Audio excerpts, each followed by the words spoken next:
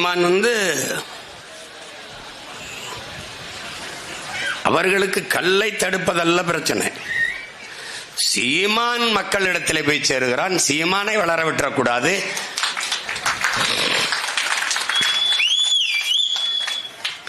மாட்டோட பேசி கொண்டிருக்கிறான். அதுக்கு அறிவு இருக்கு, அதோட பேசிட்டு இருக்கிறேன். மாதிரி அறிவு கட்ட பதர்களோட பேசி என்ன பண்ண பைத்தியக்கார பதர்களை உங்க பகுத்தறிவிலேயே என்ன சொல்றது, எச்சைக்காரி துப்ப. ஆடும் மாடும் இல்லாத, அதனுடைய கழிவும் சீரும் நீரும் இல்லாது எப்படா மண் வளப்படும்? வளமான மண் எப்படா உருவாகும்? இலை தழை கழிவுகள், ஆடு மாடுகளின் கழிவுகள் இல்லாத எவ்வளா பூமி வளமான மண்ணா மாறும்? பல கோடிக்கணக்கான நுண்ணுயிர்கள் எப்படி உருவாகும்? அந்த நுண்ணுயிர்களின் திரட்சி தான், கூட்டுதான் மண்ணின் வளம் என்பதை அறியாதவன்கிட்ட போய் பேசி என்னடா பைத்தியக்காரப்பை.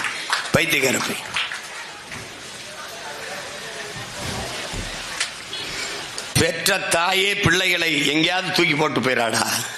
அந்த பிள்ளையை என் பிள்ளைன்னு பால் ஊத்துற தாய் என்னுடைய பசுடா. பைத்தியக்கார பையல, டே முட்டா பயலுக்கு பிறந்த முட்டா பயல, டே நீ பிறந்தவன தான்டா உங்க ஆத்தா உனக்கு பால் ஊற்றா. பிறக்கும் போது, நீ இறக்கும் போது, சாகும் போது நாயே உனக்கு சங்குல பால் ஊத்துறான்ல, அது பசு பால் தான்டா. நாயே உனக்கு உயிர் பால் ஊட்டியவள் உன் தாய், உனக்கு இறுதி பால் ஊட்டி பயணம் அனுப்புவள் பசுடா. பைத்தியக்கார நாயே. அவள் என் தாயடா. நான் போராடுறது எதுக்கு? அவன் மேயடா. மேய விடுறா பைத்தியக்கார பையல. நீ இப்படியே பேசிக்கிட்டே இரு, நான் உட்கார்ந்துருவேன். அப்புறம் நீ என்ன பண்ணுவ? முன்னாடி உட்காந்து கை தட்டிட்டு இருப்பேன். நாய முன்னாடி உட்காந்து கை தட்டிட்டு இருப்பேன். பைத்தியக்கார இவன் இங்க பகுத்தறிவிலேயே தீய வச்சு கொளுத்த கருமம். கல்லு இறக்கிட்டாங்க. கல்லு இது எப்படியா? அதுல கம்யூனிஸ்ட் ஐயா கூட சொன்னாங்க, நம்ம பெரிதும் மதிக்கிறோம் ஐயா சண்முகம் அவர்கள்லாம். ஏதோ அவங்களுக்கு நம்மளை கண்ட ஒரு சங்கடமா இருக்கு. கல்லை உணவுங்கிறார்கள், அவர் பிள்ளைக்கு கொடுப்பாரா அப்படின்னு. பிரியாணி எனக்கு பிடிக்குது, நல்ல உணவுன்னு தான் சாப்பிட்றேன். அதுக்காக என் பிள்ளை சின்ன பையன் 2 வயசு பையலுக்கு பிரியாணி ஊட்டிட முடியுமா? அந்தந்த வயதுல எது மருந்து, கல்லு உணவு அது மருந்துன்னு சொல்லுது. இந்த பாருங்க, தள்ளுபா இந்த பாரா பதார்த்த குண சிந்தாமணி என்கிற பழைய மருத்துவ நூல், அதுல தேரையர் எனும் சித்தரால் இயற்றப்பட்டது. இதில் உண்ணும் பொருட்கள் பற்றிய மருத்துவ குணங்கள் முழுமையாக விவரிக்கிறது. அவற்றில் பனையின் கல்லில் மருத்துவ பயன்கள், 7 தாதுக்களான சுரபிகள், குருதி, தசை, கொழும்பு, எலும்பு, கொழுப்பு, எலும்பு மச்சை, சுக்கிலம் ஆகியவற்றை பனையின் கல் உறுதியடை செய்கிறது.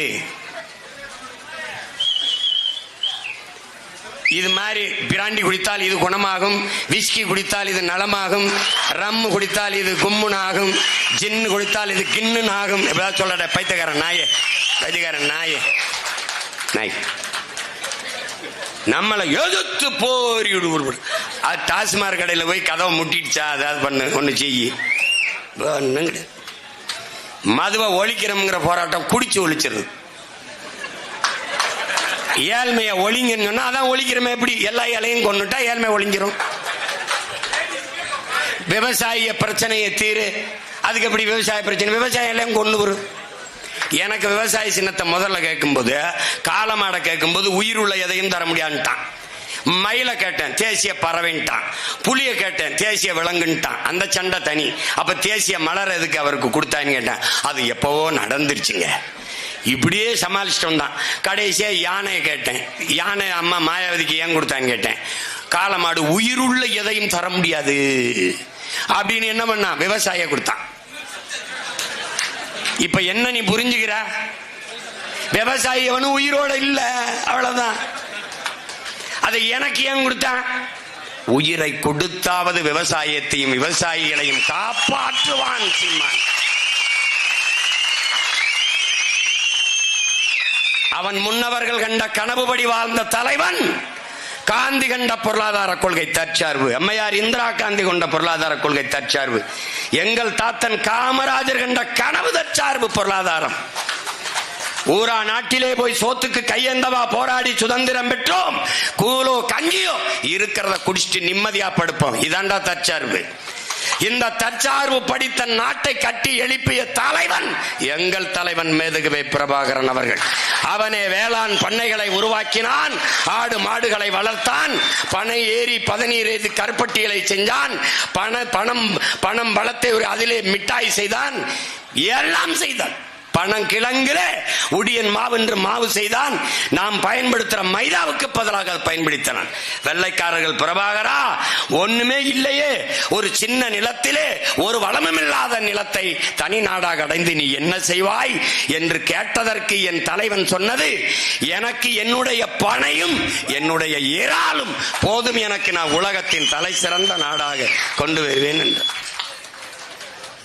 இந்த தற்சார்புனா என்னன்னு தெரியல பைத்தியக்காரப்பில். ஒரு கிலோ கருப்பட்டி தட்டி பாடுறடே, தட்டி பாடுறா. அமெரிக்காவில் ஒரு கிலோ கருப்பட்டி 1000 ரூபாடா கேலிப்பில்.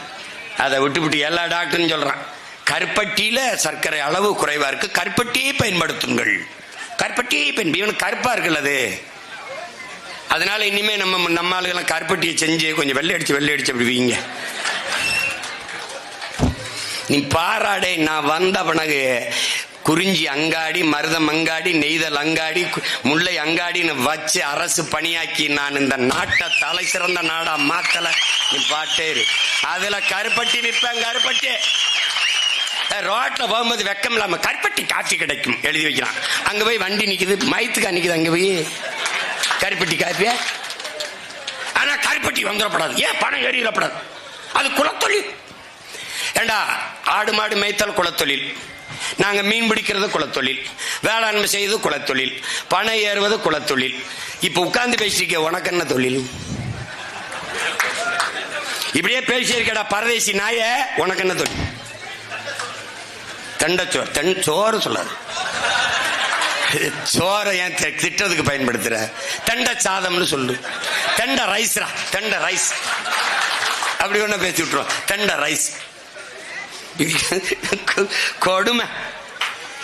எங்க பொருளாதாரம்? எனக்கு என் தம்பிகள் அமெரிக்கால இருந்து மற்ற நாடுகள்ல இருந்து அனுப்புறது, அண்ணன் நம்ம கருப்பட்டிக்கு ரொம்ப இதா இருக்கு, ஆனா நம்மளுடைய கருப்பட்டி இருக்கு பாருங்க, இந்த கிண்ணத்துல காய்ச்சிற வட்டு மாதிரி பெருச கருப்பட்டி வட்டு, அதான் விரும்பல. இவ்வளவு பெருசா தூக்கிட்டு போறதுக்கு அவன் விரும்பல. என்னடா தம்பி செய்யலாம்னு எனக்கு படம் போட்டு வரைஞ்சு அனுப்புறேன். அண்ணன் நம்ம ஆட்சிக்கு வந்த பிறகு இந்த பாருங்கண்ணே எப்படின்னா, இந்த கியூப் இந்த விடுதியில் போனீங்கன்னா இந்த சீனியை வந்து சதுரமா வெட்டி அப்படி எடுத்து போட்டுக்கலாம், அவன் போட்டு குடிச்சுக்கிடுவான் அந்த சக்கரை இல்ல இந்த தேநீர் குடிக்கும் போது. அது மாதிரி சின்னதா, டேய் நம்ம வெள்ளக்கட்டி மாதிரின்னு சொல்றான், அது மாதிரி சின்னதா, அதுதான் நம்ம ஆளுங்க அழகழகு வடிவத்துல பண்ணிடுவோம்டா. அழகழகா வடிவத்துல பண்ணி, டே நீ நான் சொல்றத நீ உனக்கு நக்கலா இருக்க, எல்லாமே உனக்கு கேலியா தான் இருக்க. நான் இந்த இடத்துல வந்து நின்று இவ்வளவு பேரையும் பயங்காட்டிட்டு இருப்பேன் நீ நினைச்சா? நீ என்னை எதிர்த்து போராட அளவுக்கு வந்துருச்சடா அந்த கட்சிகள் எல்லாம். என்னை எதிர்த்து போராட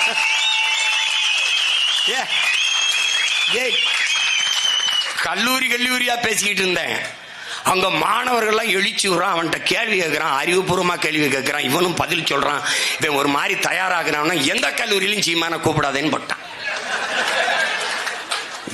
உனக்கு புரியுதா? பயந்து நடுங்குவான், ஆனா வெளிக்காட்டிக்கிற மாட்டான். அது மறைக்கிறதுக்கு என்ன பண்ணுவான், உள்ள ஈரக்குள்ள நடுங்கிக்கிட்டு இருக்கும், மேல கோட் சுட்டப்பட்டுவான். இப்படி ஒரு கொடுமை. 4.5 லட்சம் ஓட்டு 1.1, அப்புறம் 17.5 லட்சம், அப்புறம் 30 லட்சம், அப்புறம் 36,50,000. இது 66 லட்சம் ஆகும், 1,26 லட்சம் ஆகும். இந்த அரசியல் நாங்கள் முன்வைக்கிற அரசியல் காலத்தின் அரசியல், நிலத்தின் அரசியல், என் மக்களின் தேவையான அரசியல்.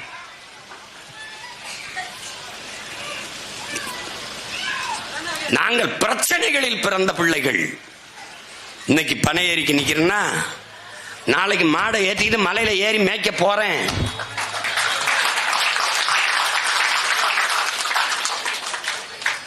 என்ன பண்ணுவ? சிறையில் போடுவ. I am very happy. வெளியில விடுவ. Always I am very happy.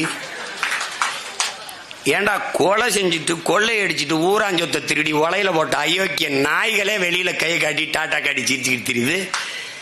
இதையெல்லாம் தடுக்க போராடுகிற பிள்ளைகள் நாங்க எதுக்குடா வெக்க பண்ணோம், அசிங்க பண்ணும்? எதுக்கு பண்ணும்? எதுக்கு பண்ணும்? கள்ளச்சாராயம் காய்ச்சி வித்தவன் 62 பேரை கொன்னவன் திருப்பி பிணைகள் வந்து மறுபடியும் சாராயம் காய்ச்சா நாடு அனுமதிக்குது. யாரு? நம்ம நாடுதான். தெனாங்கொலை தெனாங்கொலை. எத்தனை கேள்விகளை அறிவார்ந்த பெருமக்கள். பல நூறு டிஎம்சி தண்ணீர் ஓடி வருது, ஓடி போய் கடல்ல சேருது. எங்க நீர் தேக்கங்கள், எங்க நீர் சேமிப்பு, அதுக்கான திட்டம் எங்க? வேளாண் குடிமக்களினுடைய வாழ்க்கையை பற்றி, அவர்களுடைய வாழ்வாதார பத்தி எதை பத்தி கவலைப்பட்டிருக்க நீ? கவலைப்பட்டிருந்தா அவன் விளைவிக்கிற பொருளை வாங்கி சேமிப்பு கிடங்கு கட்டியிருப்பில்ல. தெருவில் போட்டு தார்பாய போட்டு மூடுவியா? குடிக்கிற டாஸ்மார்க்கு சரக்குக்கு உயர்ந்த சேமிப்பு கிடங்கு கட்டி குளிரூட்டி போட்டு சிசிடிவி கண்காணிப்பு கேமரா வச்சு கண்காணிச்சு வாசல்ல காவலர்களை வைத்து பாதுகாக்கிற அரசு. உணவளிக்கிற உயிர் தேவையாக இருக்கிற உணவை கொடுக்கிற என் உழவர் குடி உழைத்து தந்த நெல்லை தானியங்களை நீ சேமிக்க கிடங்கு வைக்கல என்றால் நீ யார்? நீ